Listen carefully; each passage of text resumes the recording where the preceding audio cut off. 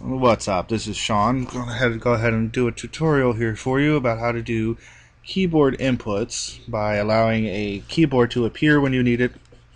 Then you have tapped on a text field, as well as making the keyboard disappear by either clicking the done button on the keyboard or tapping on the background.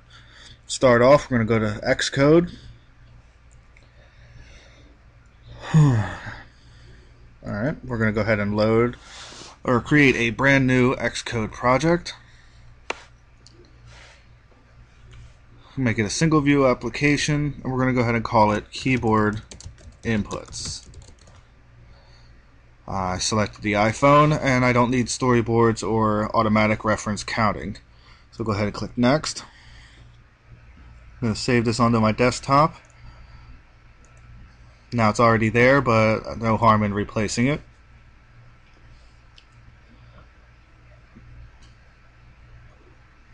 Now to start off, we're going to go to your view controller nib file. It's where your view controller is and the entire display of your application. Right now it's blank, as you can see. So what we're going to do is we're going to put a label out here.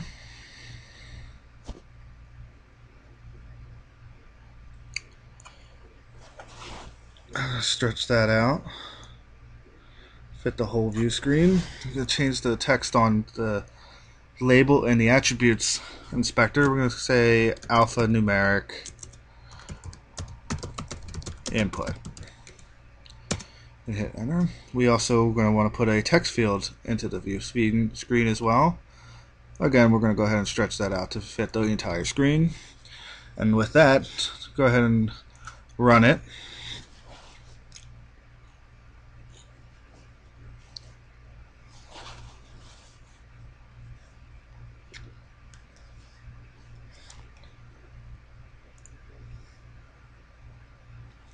Just waiting for the application to launch, and there we go.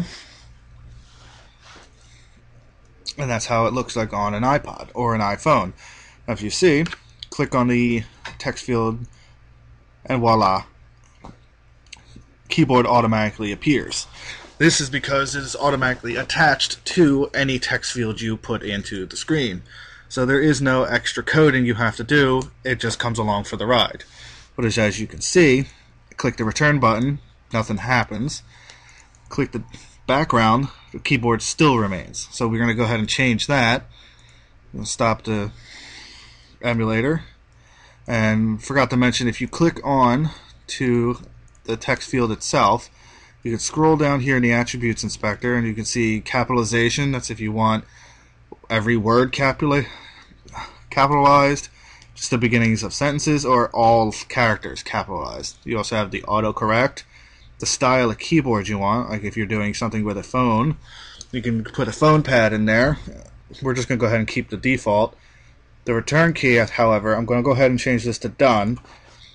That way at the bottom corner of the keyboard, instead of saying return as it did before, it'll now say done. Now with that, we can go over to the view controller header file. Here is where we're going to go ahead and input the action that we want to put in to tell the keyboard to go away. So here we're going to go interface builder action. We're going to go ahead and call it done editing, and its ID is sender, which was the text field that we've already placed in there. Now with that, you can go ahead and go into the implementation file. Here's where we're going to go ahead and describe the method that we just created in this IB action get done editing. So here we go, IB action. You start typing, it should automatically input it in, because we've already typed all of it in there. And in here, we're going to tell it to tell the sender, which is the text field, and we're going to go tell it to resign first responder. The first responder is the keyboard, so we're going to tell the text field to tell the keyboard to go away. Now with this done, you want to go back to your nib file, go right click on your text field. With all these events that are here, we want the did end on exit, the first one. You can go ahead and click on the plus sign, drag it over to the file's owner, which will house all our methods and methodologies that we added. There, see, it only has one right now, so we'll go ahead and click that. It should add it to the did end on exit. Click out of that. Go ahead and run it. It should automatically save everything. Build succeeded, which is good. Go ahead and type something in here. Just say hi. Now I'm done with the keyboard. Click done.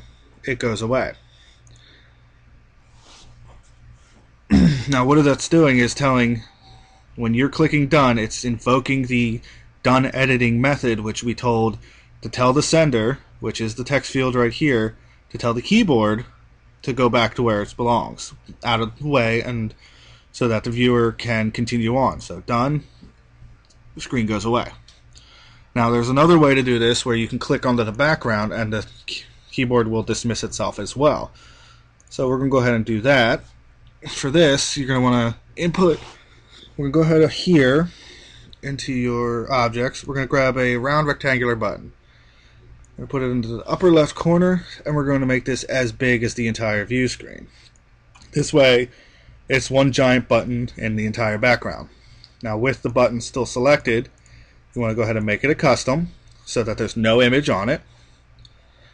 And then we're going to go ahead, while it's still selected, hit Editor, Arrange, and you want to send that to the back, because if you don't send it to the back right now, even though we can see the label and the text field, the button is on top of them. So we won't be able to touch either one until this button is moved. So we'll send it to the back. Now it's in the background, and you can now manipulate the text field as needed.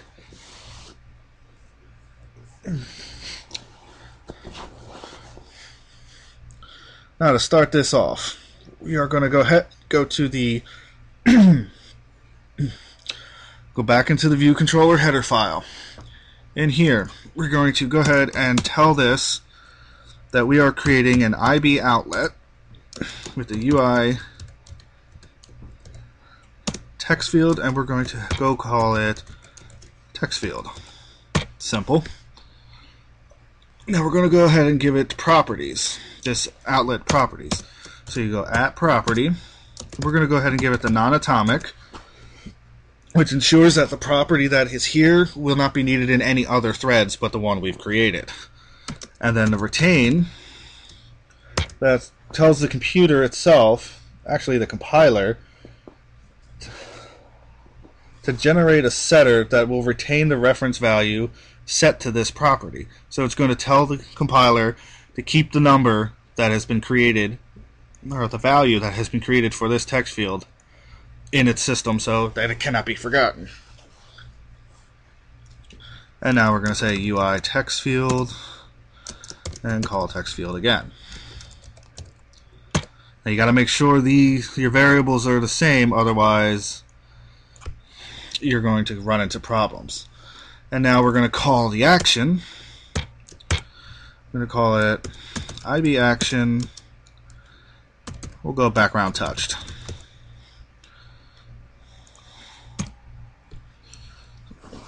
Now with that done,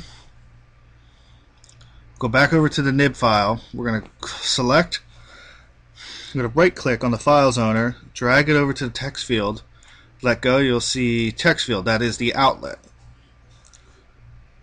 Alright, now that it's selected, now you want to select onto the background, which is the button.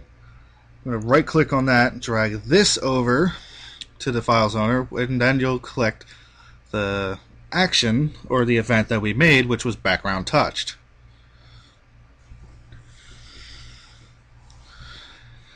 Now that the button here is a touch up on inside, it'll fire off the background touched method that we will create momentarily. Now you're going to want to go ahead and go to your view controller implementation file.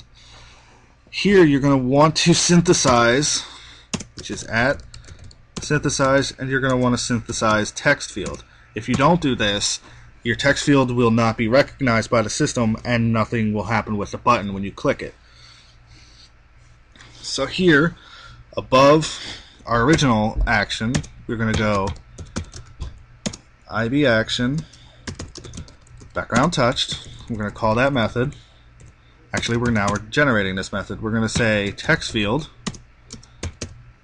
resign first responder. Now we're going to tell the text field when this button is touched, text field tell the keyboard to go away. Now we want to also go down, we'll go past right around here. We want to deallocate this from memory so that it's not holding up a lot of space. So we're going to go ahead and tell the text field to be released.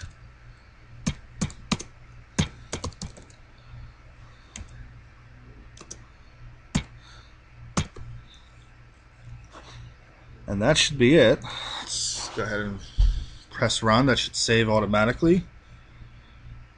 And it's compiling.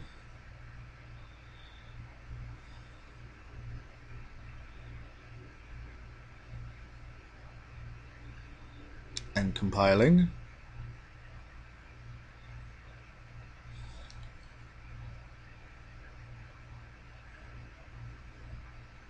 My computer's a little slow, so oh, there we go. Build succeeded. Go ahead and pull this up. That means no errors whatsoever. And click the here. We're going to go hello again. Click done. Keyboard goes away. Click on the text field again. We'll go again. Now this time I'll hit the button in the background and the keyboard goes away. So what this did was, when we click the done button, it fires off the done editing method, which tells the text field to tell the keyboard to go away. And then we're pushing on the background, which is a button telling the text field to also tell the keyboard to go away. And that about wraps it up. And that is the tutorial for keyboard inputs.